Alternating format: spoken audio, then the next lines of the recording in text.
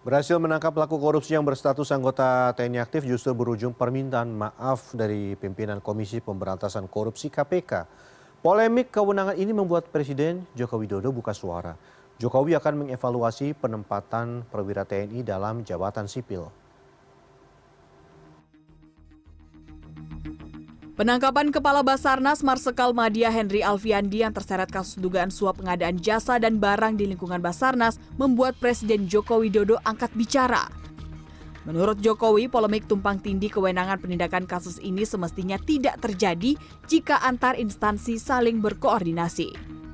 Presiden pun menyatakan akan mengevaluasi penempatan perwira TNI dalam jabatan sipil.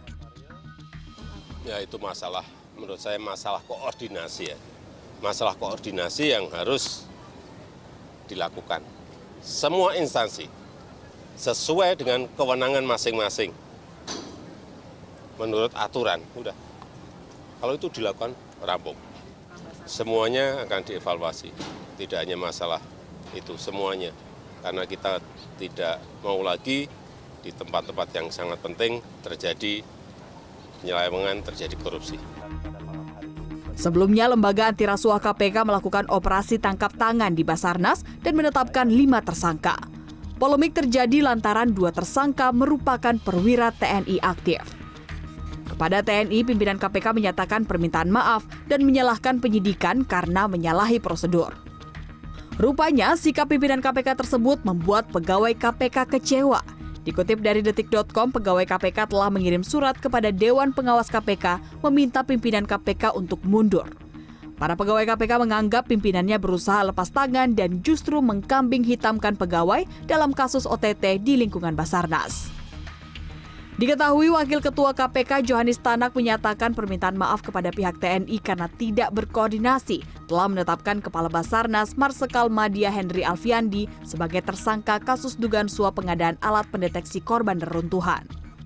Permintaan maaf ini setelah Puspom TNI mendatangi gedung KPK untuk memprotes prosedur penanganan kasus dugaan suap di lingkungan Basarnas.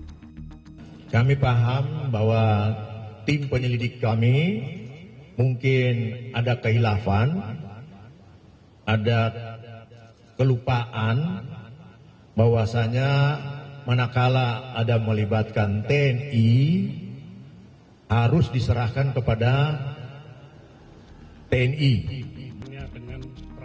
Dan Puspom TNI Marsikal Muda Agung Handoko mengingatkan agar proses penegakan hukum yang melibatkan personel TNI dilakukan oleh Puspom TNI.